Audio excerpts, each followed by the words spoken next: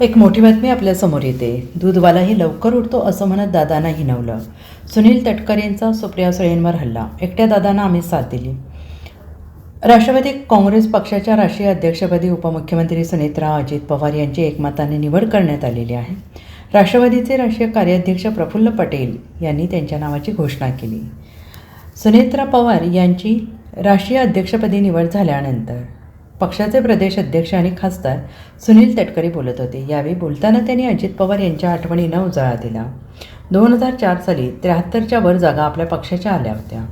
त्यामध्ये सगळ्यात जास्त योगदान अजित पवार यांचं होतं असं तटकरे यांनी म्हटलं. 2004 साली जर सर्वात जास्त जागा आपल्या पक्षाला मिळाल्यामुळे मुख्यमंत्री करण्याचा निर्णय घेतला असता तर महाराष्ट्राने अजितदादांच्या रूपाने सर्वोत्तम मुख्यमंत्री अनुभवला असता असं तटकरे म्हणाले. पण यापासून महाराष्ट्रातील 13 कोटी जनता मुकलेली आहे असं तटकरे यांनी म्हटलं आहे. राष्ट्रवादी काँग्रेस पक्षाच्या राष्ट्रीय कार्यकारिणीत ते बोलत होते. महाराष्ट्रात अजित पर्व सुरू होत आहे असं मी म्हणालो. त्यावेळी माझ्यावर टीका झाली, मात्र मी ठाम होतो.